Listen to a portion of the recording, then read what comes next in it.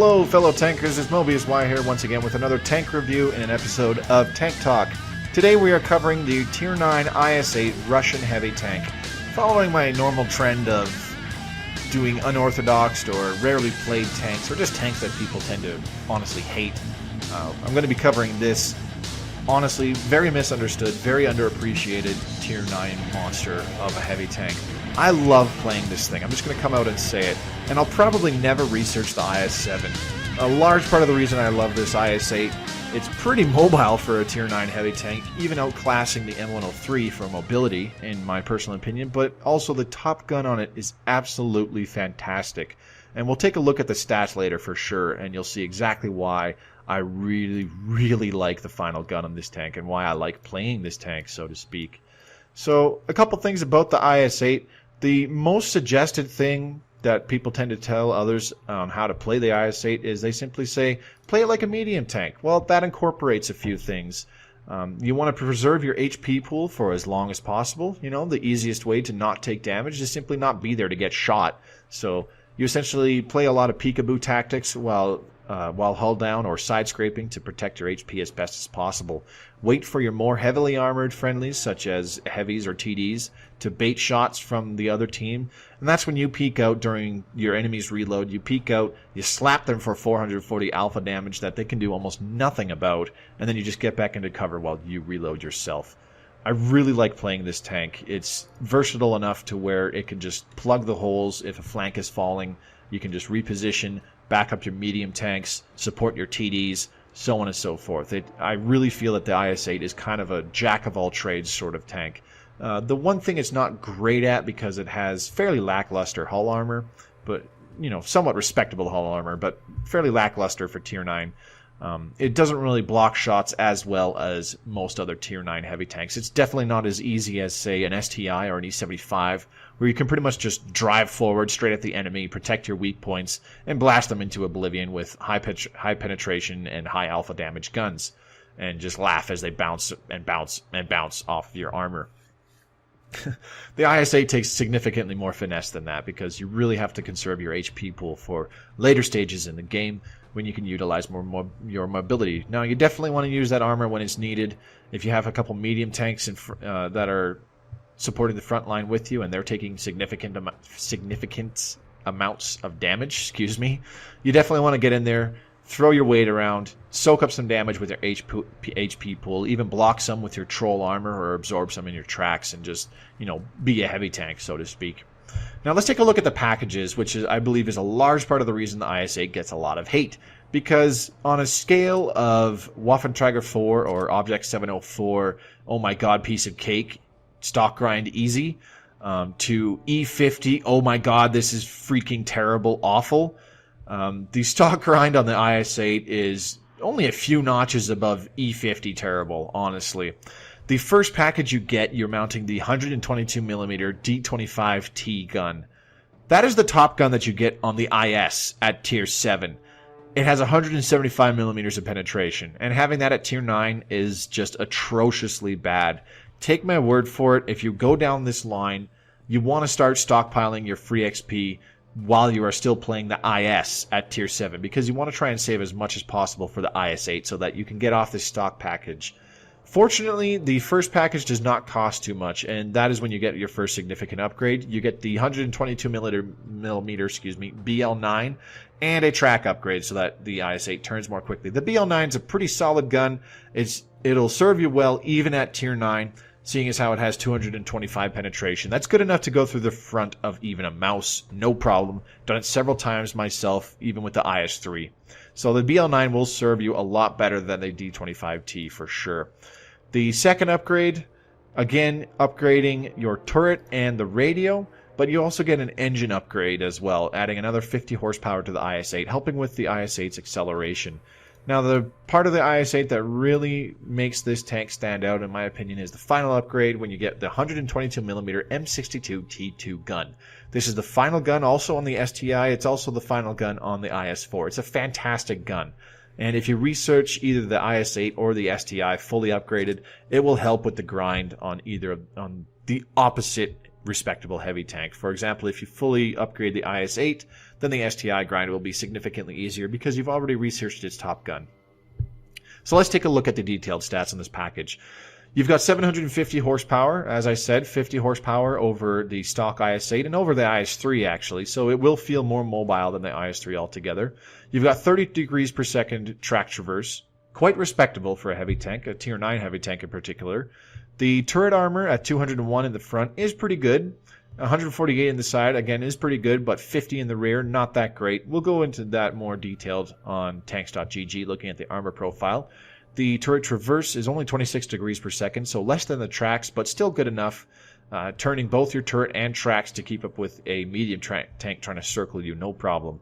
And the view range is a very respectable 400 meters at tier 9. Signal range 730, you can keep in contact with anybody on your team on any map at all times. Now, the real saving grace, as I said, of the IS-8 is its gun. You've got a rate of fire of 4.88, which is the same as the BL9 on the previous package once you get the upgraded turret, since the turret upgrade both increases the view range as well as gives you a faster reload speed with the BL9. So it shoots at the same speed. You should be comfortable with the reload speed of this gun. But you have significantly better penetration and alpha damage. The penetration of the standard AP rounds, 258, is absolutely fantastic. You can punch through anything you come across if you know your weak points. And 340 average penetration with the premium heat rounds. That is more than enough to, again, go through those same weak points if you absolutely have to guarantee that your shot will hit its mark and inflict damage. The average alpha damage is 440. That is less than a VK-45 Bravo and an E-75, the German Tier 9 heavy tanks, but it's more than a Conqueror and an M103, which both only have 400 alpha damage. The high explosive rounds, only 68 millimeters of penetration, but that's still pretty good for a high explosive round, and 530 average alpha damage. So you can load these up for a very thinly armored opponent, such as most artillery or, say, paper TDs like the Waffle line or the FV-4005 British tank destroyer line. You can definitely penetrate and do a really big damaging hit with an HE round on any of those tanks. Now, the weaknesses of this gun are largely the handling. The aiming time is only 2.9 seconds. That's not terrible, but it's not really that good either. It's kind of on the bad side of average, to be honest. And the gun actually sports a pretty respectable accuracy value at 0.37 when fully aimed in. So it's a very solid, well-performing gun. It's not as, reliable as, say, the Conqueror's L1A1, which is pretty much laser accurate at all times, but it's a very respectable gun. The penetration is as good as most Tier 9 and Tier 10 heavy tanks. More penetration than an E100 even. It's only 1 millimeter less than the Conqueror and the FV215B at Tier 9 and Tier 10 in the British tree. Just a fantastic gun. Really good penetration. Great alpha damage. Let's take a look at the supplies and equipment that I mounted on my IS-8. For armor-piercing rounds, I only brought 22. This tank can only carry 30 rounds, and I felt that 22 armor-piercing rounds is more than enough to deal with any situation. I only brought 6 heat rounds into the battle. They are quite expensive at 5,200 silver apiece, and I didn't really feel it was very necessary to shoot very many of them because, honestly, the penetration on the standard AP is more than good enough to punch through any weak point on any tank you come across, save for maybe a T-10E3 or a T-95. And even in a situation like that, the IS-8's quick enough where you can just pull back, regroup, and pick on a different target until you can flank around those very tanks that you might have trouble penetrating. But if you need to load some heat, it's definitely there. If you shoot at the same weak points, you're pretty much guaranteed to damage them so long as it's not absorbed by tracks or spaced armor. The high explosive rounds, I only carried 2 of them. The reload is simply too long on this tank to warrant carrying more. And as I said, the AP rounds are more than good enough at 440 average alpha damage on those softly armored TDs and artillery. Sometimes you get a high roll and you can one-shot a low HP artillery piece with it, but if you so chose, you could load high explosive for those specific situations. But personally, I didn't feel that they were often enough to warrant carrying more that high explosive than this. I would like to make a note that you definitely want to check your ammo loadout when you fully upgrade your IS-8, because for some reason the game tries to give you about 20 high explosive rounds on this gun, which is just stupid. So just a reminder, double check your ammo loadout before you start playing your IS-8 when you fully upgrade it. Now, the consumables I mounted on the IS-8, fairly standard for Tier 9, large repair kit, large first aid kit, automatic fire extinguisher. As always, I recommend an automatic fire extinguisher on any tank that you play. Large first aid kit, I definitely recommend it on the IS-8 because the driver sits in the very front of the hull, and the hull is fairly easily penetrated, but even by quite a few Tier 8 tanks, so he tends to die a lot. The large first aid kit will help protect him, as well as you can instantly revive him if he gets taken out. Large repair kit, you can simply swap it out for a small if you so choose. I do like the large repair kit because it helps repair tracks more quickly. So with repairs and track mechanic trained on your crew, your tracks are repairing in 3 to 4 seconds tops. It's very handy. Now the equipment that I mounted on my IS-8, large caliber tank gun rammer to decrease the long load time of the gun, vertical stabilizer Mark II to help with the overall dispersion and just tighten up that aim time when I'm moving the tank, and improve ventilation to improve all of those areas.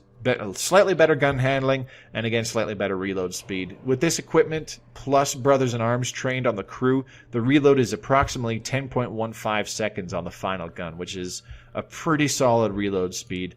It's slightly faster than a lot of Tier 9 TDs, a little bit slower than some Tier 10 heavy tanks, but just about on par. So there are a few things that will be able to outshoot you simply with their faster reload speeds, but not a heck of a lot of things will be able to outdamage you simply because you have higher alpha than a large majority of tanks that you're going to come across.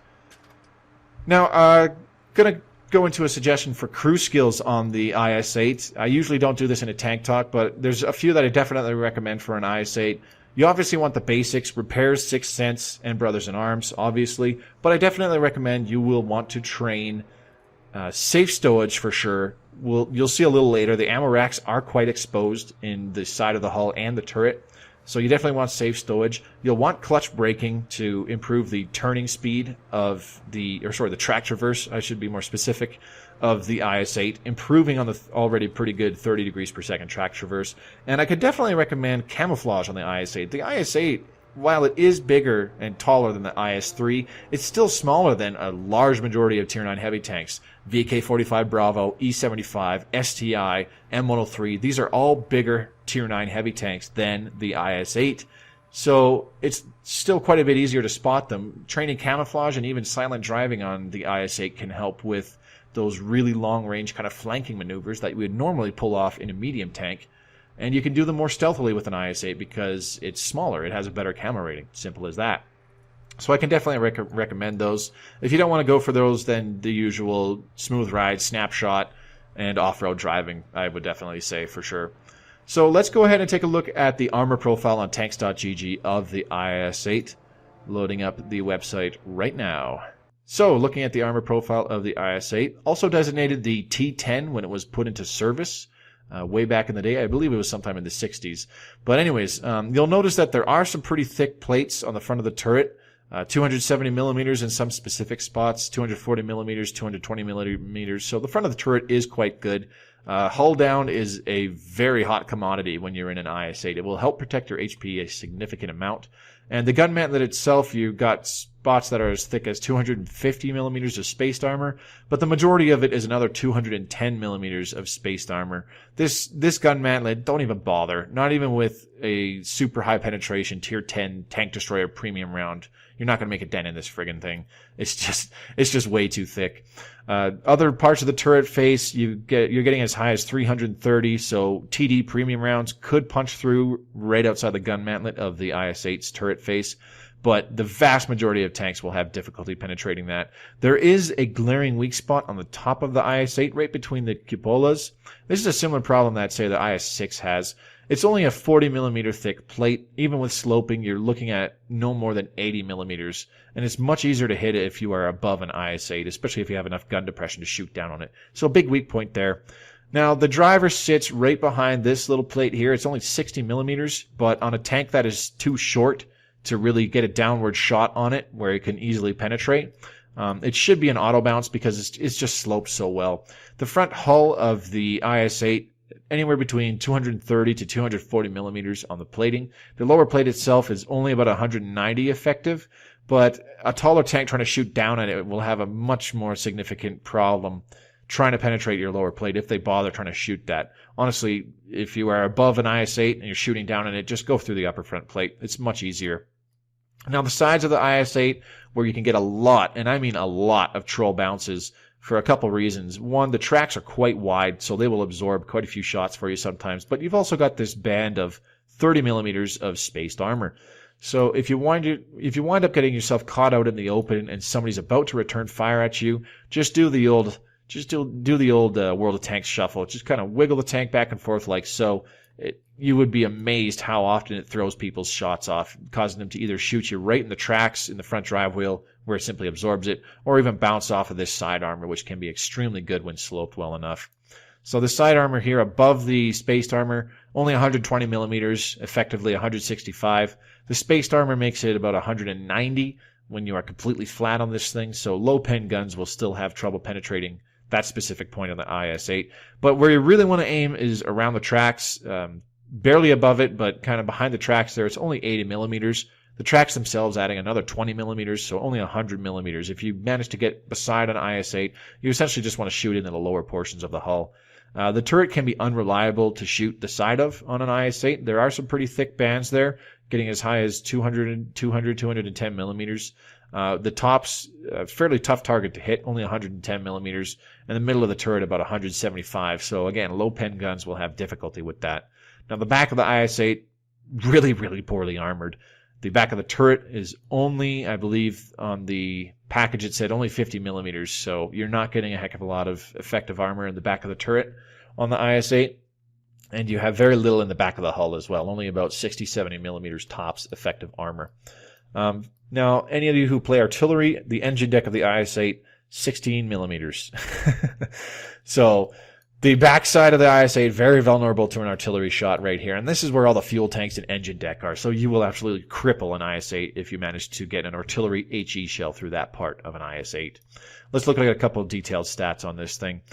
Now, the IS-8 also suffers from the usual Russian gun depression, 5 degrees of gun depression all the way around. It's not terrible, but I mean, it's on the bad side of average, really. But on the bright side, you do get 15 degrees of gun elevation, which isn't bad. That's pretty solid, pretty respectable gun elevation. A couple other stats on the IS-8. You have over 2,200 DPM base. That's without any equipment. So compared to, say, a Conqueror, you have less DPM than a Conqueror, but a Conqueror is only sporting about 150 more damage per minute than you are. So in a fight where your IS-8 is exposed, the enemy Conqueror is exposed, you're both landing every shot. The Conqueror could essentially kill you faster, simply because he has higher DPM than you. But if your IS-8 was trading shot for shot with a Conqueror, you would probably kill him first. If it's to the point where you're both behind cover, you both come out to take your shot, you both hit each other and penetrate at the same time, then you get back into cover for both of you to reload, you will kill a Conqueror faster, even though it has more HP, simply because you have more alpha damage. That's as easy as it is. You have 40 more damage per shot than the Conqueror, so you only need to put in like one extra shot on something like a Conqueror, and it's guaranteed that you will kill him sooner. So let's just take another look at the IS-8's overall stats here. We'll go ahead and put on large caliber tank, gun rammer, vertical stabilizer, and improved ventilation, and then we will put on Brothers in Arms skill on the crew. You can see that the DPM cranks up to just under 2,600. Pretty respectable. Not fantastic, but pretty friggin' respectable for a Tier 9 heavy tank. As I said, the reload speed is down to about 10.15, 10.16 seconds on the IS-8. And the overall dispersion tightens up quite a significant amount. Now, the on-the-move dispersion values are pretty freaking low when you have this equipment and crew setup.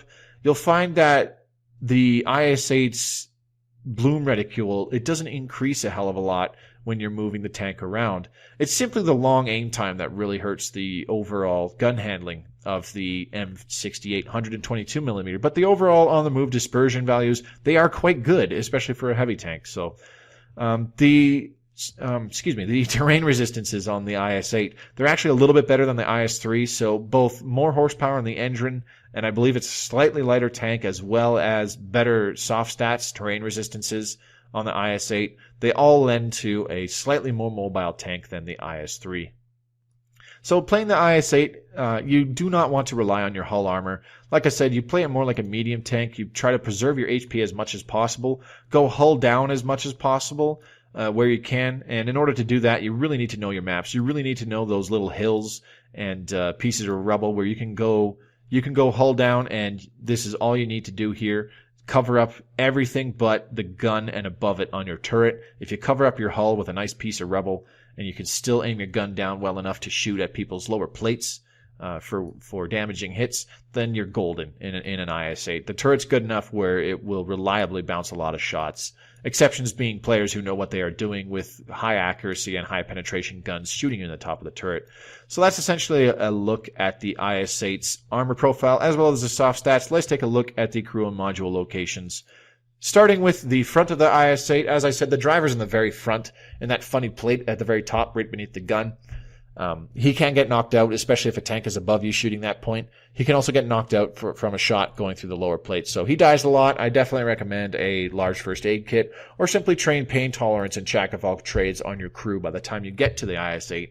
The left side of the IS-8, you've got lots of ammo rack areas in both the turret and the hull. Right beneath the turret in the hull there is where you can ammo rack it. At the back of the turret on the bottom sides is where you can ammo rack it. In front of that ammo rack area, you've got the commander. Knocking him out can cripple an IS-8 fairly significantly.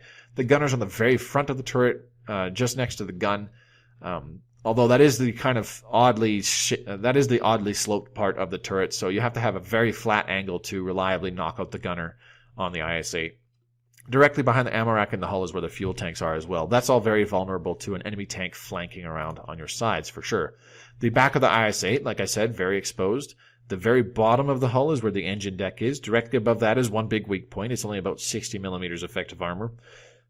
Excuse me. And the back of the turret, again, quite weak. Very thinly armored in the back of the turret. Anything can punch through that easily. So the IS-8 is quite vulnerable to tanks getting behind it or tanks that are able to get shots into the back of the turret. Now, the right side of the IS-8, the turret is even more vulnerable due to the fact that you have both the loader and ammo rack covering a significant portion of the turret's right side. So if you're able to get a shot in the right side of an IS-8's turret, definitely take it. Aim for either the loader or the ammo rack. That will severely cripple the reload speed on an IS-8, putting it as long as 20 seconds or possibly even worse. Again, on the hull, directly beneath the turret, you've got more ammo rack, a good spot to aim for if you're able to flank around one. And directly behind that, fuel tanks if you want to try and set an IS-8 on fire. So that's essentially a look at the crew and module locations. Now, one last thing before we get into the gameplay that I want to show you guys. I normally don't do this. I'm going to bring up my personal stats in the IS-8. It might be a little tough to see if you're not on full screen, but this is basically just a very brief look at the IS-8. I'm going to compare it with my M103 stats in just a minute here. So still maintaining a 60% win rate even after 132 games. And I'd like to note that a large majority of those games are played solo. I think only about 40, at most 50 of those games I was in a platoon of maybe 2 or 3 people at most. But like I said, the large majority of those games, at least 80 to 90 of them, solo, still maintaining a 60% win rate. And one thing I would like to point out, the IS-8, my damage caused received is 1.98, just under 2.0 for damage caused received with the IS-8, meaning I'm dealing almost twice as much damage as I'm receiving in my IS-8.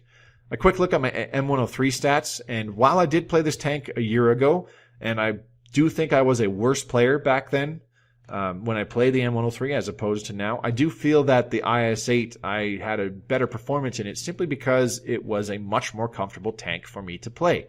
I have way more games played in the M103, and most of those were platooned, at least 3/4 of them, I guarantee it. So that largely lends to the much higher win rate that I have at just under 67% win rate. But the damage caused received in my M103 is 1.27, so barely 27% of the damage. Barely an extra 27% of the damage that I would receive, I would deal back in turn.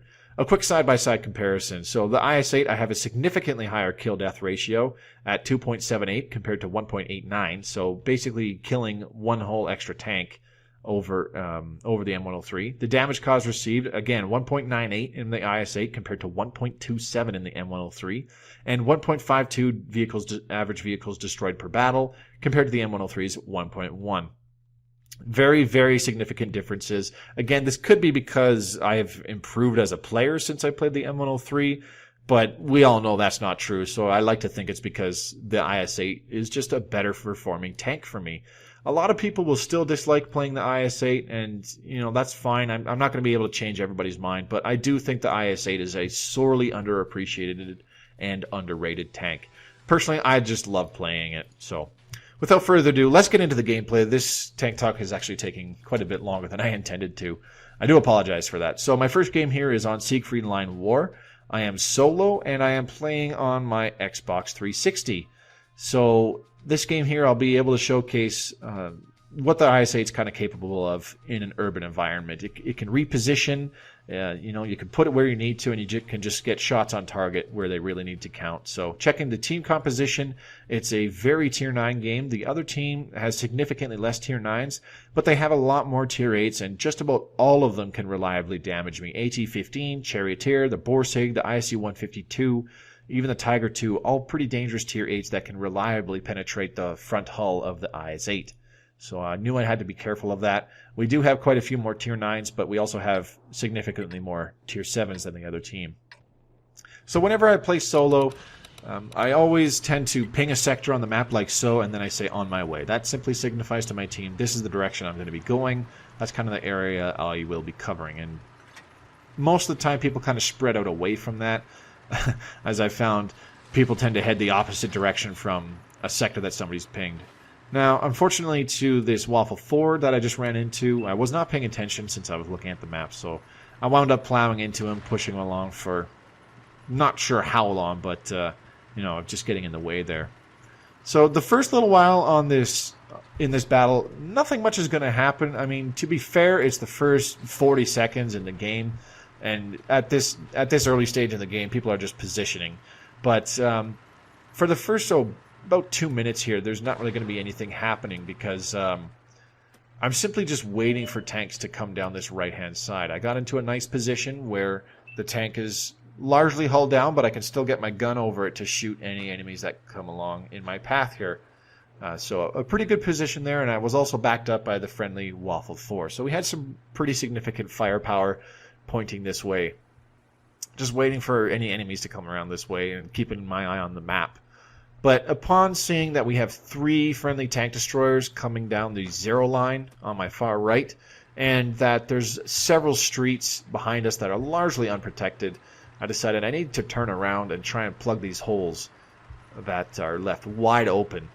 For example, this tortoise, his right side is completely exposed, so I decided I'm going to pull down this street and make sure nobody's here, just see if I can get some spots or if I can work this corner a little bit on anybody that's trying to flank around us here. So busting through the barrier here, pulling forward, right around this corner is when I get spotted, and there's an M103. He angles his tank further away from me, so I'm able to land a very flat shot through his front drive wheel, both tracking and damaging him, but he's also able to respond in kind. I put one more through his lower plate, right into his ammo rack, so I've already severely crippled him. Either he's used his repair kit or his ammo rack's damaged, and he's got a significantly slower reload speed now. But I decided I didn't want to tussle with the M103 this early. He can reliably damage me every shot, so I decided I'm just going to back off for now. That's when the T-54 popped out. Waffle 4 got a nice shot tracking him, and I was able to thread the needle and finish him off for 103 damage. Taking out a very dangerous Tier 9 medium tank. Did not want him hanging around for the late game where he could easily clutch the situation for the rest of his team using the T-54's excellent mobility and DPM. I did not want to deal with that in the later stages of the game. Once again, seeing a bit of a gap in our flanks here, so I decided to pull around, try to get a track shot on the AT-15. I was not able to track him, but he was exposed long enough for our Waffle 4 behind me to put another side shot into him, dropping into one shot, and I'm able to finish him off. One more shot just outside his gun mantlet. Again, looking around at the situation, seeing a Borsig in the back there, trying to identify what this heavy tank is that our Jagd Tigers are taking on. It's just a T-32, so I decide they should have that handled. Backing up is when I spotted this T-29 that was way over here in the back ridge. Tried to see if I could get a shot, but it wasn't the case, so I simply decided I'm going to turn around, reposition. The street that I was previously tussling with the M103 with is once again open, so I decided I need to pull back over to this side and help out on this side of the map here. So this first street down the left where this TD and Heavy are, it's a Tiger 2 and a Yog Tiger. So I know I'm all clear down this street. I can pull forward and be very aggressive on these guys, just getting in their faces and putting some extra damage downrange here. Keeping an eye on my right, trying to see if anybody's on my flank, but it looks all clear, so I simply just go in for the kill. Pulling forward, simply popping a shot right through the Tiger 2's front plate. This gun has more than enough penetration to just bully a Tiger 2 into submission. However, he is more than capable of damaging me back in return. So, tried to play a little careful on this corner, trying to side scrape a bit. I don't want to take a nasty hit from that Yog Tiger either, hitting me for possibly 500 alpha. But I was able to catch the Yog Tiger a little out of position, taking him out while the Tiger 2 puts a nice shot through my turret face, damaging my turret. So I had to use my repair kit there. And again, seeing that I got flanked one more time by both the T-32, tried to pull up and take a shot on him, but that's when I spotted the Borsig. Borsig put a nice shot on me, dropping me down to less than 600 hit points. T-32 fired again, so I was able to pull out, try and finish him off, but I low-rolled for 383. So that's when this T-29 goes completely ham. I'm trying to ping people to shoot him so that he dies faster. I don't want to take a shot from him when I'm on this low HP. Trying to encourage other people just to finish him off, dropping him to one shot. Unfortunately, I pulled a little bit too far forward. The Borsig got in with a nice flank there, able to put one shot right through my front plate and finish me off. So had I been more situationally aware as to what was going on there, I would have noticed that a lot sooner and pulled back behind the building, behind a better cover to protect myself from that Borsig and try and keep myself alive for a little bit longer. And, just try and rack up some more damage before I got knocked out of the game. But nevertheless, our team was able to clutch it, so we got a victory for that game there. A little over 35,000 silver, 3,437 total damage dealt in that game. 0 blocked, that's kind of an expected thing with an IS-8. Second on the team for damage, T-30 on our team doing work, just under 3,800 damage. Charioteer on the other team, over 4,200 damage. So we earned 1,229 base XP this game. A lot of significant contributions that game by several of the players on both teams. So pretty solid game there, playing in an urban environment. That's what I like about the IS-8 in an urban environment. You can just kind of change its positioning, go from one street to another, even execute flanking maneuvers that people don't expect from a heavy tank because it's mobile enough where it can do it like a medium tank would. I guess that's a large part of the reason why I like the tank so much, since I am predominantly a medium tank player, but what have you. So the second game here, which was a little bit difficult to pick out, trying to pick an open map as well as a game where there were tier 10s. And this one has tier 10s, an FA215B, E100, T110E5, IS-7, T62A, and a Death Star on the other team. Several tier 10s on our team as well. And this game I am platooned with Turkey Tank and Joe the Frogman, both in tier 8 light tanks, some fellow Immortals clan members. And this game is on a much more open style of map. Now, this is the kind of map where, in an IS-8, I usually go, oh man, it's Westfield. Because a large part of the fighting on Westfield happens on this ridge where, where Joe the Frogman is already positioned to try and light up the other team. This is the kind of map where tanks with good or even great gun depression, anywhere between 7 to 12 degrees of gun depression, they really shine on this map because working this ridge line is just an absolute godsend on Westfield. So when I get a map like this in my IS-8, I kind of groan a little bit. It's not really a great map for an IS-8, but it's still definitely workable. For sure. You can essentially play the IS-8 in just about any location on a map like Westfield because it's mobile enough where it can get to those positions, and the gun is reliable enough where it can shoot from those positions as well. Trying to snapshot the 1390, punish him for peeking way too far, but shot goes low, dirts into the side of the hill, so no damage there. So I'm trying to keep an eye on the guys behind me. I know there's a Death Star over there, and now there's an IS-7 over there as well. So I don't want to fight it out with the people behind me on my right because there's just way too much firepower over that way. And now an FV215B is also taking up positioning over there. So I'm just trying to keep this center ridge line largely covered. E5 peeks over trying to shoot a friendly. I'm able to put a nice side shot onto him. He was able to shoot the friendly IS-7 in the side and put a damaging hit on him, but I made sure he didn't go unpunished for it. Bad shot by both me and the E5. He misses his target, and my shot is simply just a little bit too late, hitting him in the upper front plate for 0 damage.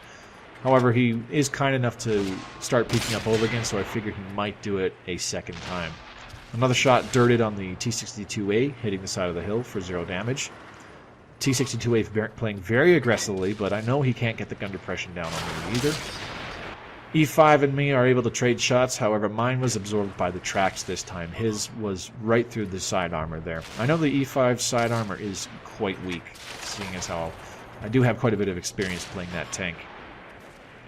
Luckily for me, the E-Hundo shot behind me, again, absorbed by the tracks. You can get a lot of troll kind of blocked instances in the IS-8 where it'll either bounce off of your side armor or it'll get absorbed in your tracks, because the tracks are fairly wide, so a lot of troll moments like that can happen.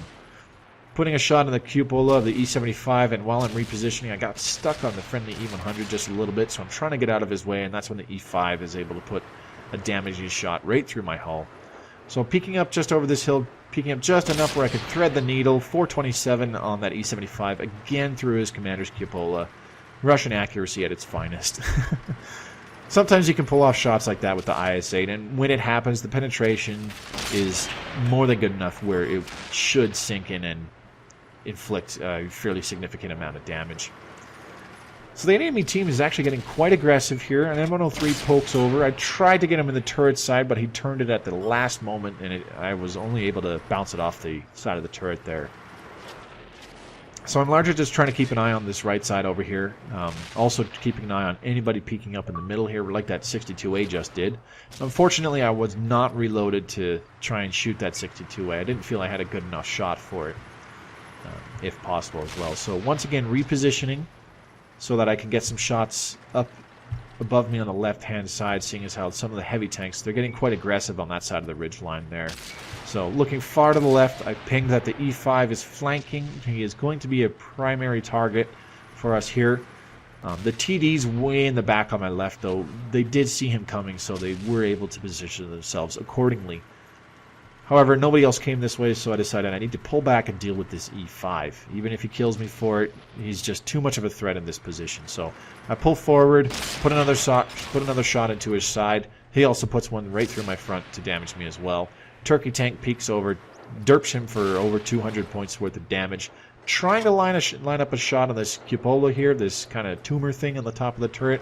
It's not the kind of weak point that I like to shoot for, but I was able to line one up just long enough. He was just going straight enough towards me where I was able to line it up and just put a shot through that little oddly positioned weak point on the E5. Finally taking him out of the game. Now we've still got an FA215B on the left side here, and now the IS-7 has moved into the edge of town. So the right side is a lot more vulnerable for the enemy team compared to us, because we still have our IS-4, our IS-7, our E-100, and our Yagaru over here on the right-hand side, while most of their tanks have actually pulled back or been killed. So I decided I needed to reposition over here. A lot of these guys are pretty low on hit points, on maybe 30% or 40% or less hit points. So I need to kind of throw my weight around a little bit better over here, as I still have a little over 1,000 hit points. So coming up on the side here, trying to protect the IS-7 and IS-8 on my right-hand side by lining up shots on this 215B. Unfortunately, again, he turns his turret at the last second, and my shot goes straight into his gun mantlet. The gun mantlet on the 215B is extremely thick, and I was able to nail it dead on. So kind of a poorly aimed shot on my part as well, but he was able to turn his turret just at the right moment to where I'd simply bounced off. One more shot, trying to hit the turret side again, right into his gun mantlet. Went a little bit high and to the right, but you know, what can you do in that situation? I totally forgot that I was inviting Tubans to a party at this point in the game. Anyways, we were up 6-4, and now it's evened out again 6-6. So I'm trying to just pull forward, get my damage in where possible. Try to get a side shot in the IS-7, but his tracks absorbed that hit there for 0 damage. So I simply tried to back up, protect myself a little bit better. I was in a pretty compromised position when I shot the IS-7, so trying to preserve my HP, protect myself as best as I can, but I find I'm just not getting the gun depression to get good shots here. And it's a moment like that where, you know, the gun depression on the IS-8 will be a little bit frustrating. So I decided I need to reposition here. We are actually getting the upper hand now. We had a pretty successful flank from the far left side of the map, and it took out several of their tanks. And all 4 of the remaining fighters are still over here, including this T-30. He's just fired, so I know I can pull over without fear of getting blasted by him. So I pull over, put a shot on his side, and take him out of the game. So this leaves just their artillery, their 215B, their T-62A, and their IS-7, and they're all right in front of us. So I know where they all are. I know I can be stupid aggressive here. So pulling over the hill, I've got more than enough HP to take a hit from this IS-7. So I put a shot into his side, damaging him, and once again, his shot from me gets absorbed into my tracks. Like I said, you get a lot of troll instances like that when you're playing the IS-8. One more shot into the lower plate of the IS-7, getting quite a high roll on him, I believe about 500 damage, but he was also able to damage me in return for another 500 damage, so I'm essentially a two-shot for pretty much everybody here. Now the enemy 62A, who was very low on health, he tried to go for a pretty risky flank there, but our artillery was able to signal out and kill him, allowing me to pull far enough over this hill where I finally land a shot in that 215B's side turret. So now it's just cleanup. Just this one-shot IS-7 left and artillery. So coming up behind this IS-7, he does see me, but it's just too little too late. I'm able to put a shot into his side behind his tracks, where it's very thinly armored. Taking him out of the game, securing the win for our team. So fairly action-packed kind of game there. Working a ridgeline with a very low gun depression tank. It can be somewhat frustrating, but it can also be done. 58,000 silver, 3,974 damage dealt for a base XP of 1,754. Getting a significant XP bonus for damaging tier 10 tanks like crazy that game. I think only 2 shots were on a tier 9, and that was those 2 cupola shots on that E75. And pretty much the rest of the damage I dealt was on tier 10 tanks. Anyways, guys, that's a look at the IS-8. I hope you found this video informative and helpful. I really like playing this tank. I actually do still have some gameplay footage of playing the IS-8, so just let me know in the comments below if you'd like me to share some more IS-8 gameplay footage. I do have some good and some bad games that I can definitely upload for you guys. But in all honesty, just a brief synopsis on this tank. I really like it. It's very mobile. It has a fantastic heavy tanks gun. It's got a heavy tanks HP. The turret is pretty rock solid. It will protect your HP for the most part if you're hauled down. But for the most part, I do feel this tank is very underappreciated and misunderstood. So I do hope this tank talk gives you a better idea of how you want to play your IS-8 to the best of your abilities and how you can have consistent, decent games with your IS-8 if you're grinding for the IS-7. Now, one final note, if you're expecting an IS-7 review in the future, don't count on it. I don't think I'll ever get that tank. I have it researched, but I'll probably never get it. So with that being said, as always, thanks very much for watching. Hope to see you on the battlefield or in my next video. This has been Mobius Y. Have a great night and happy tanking.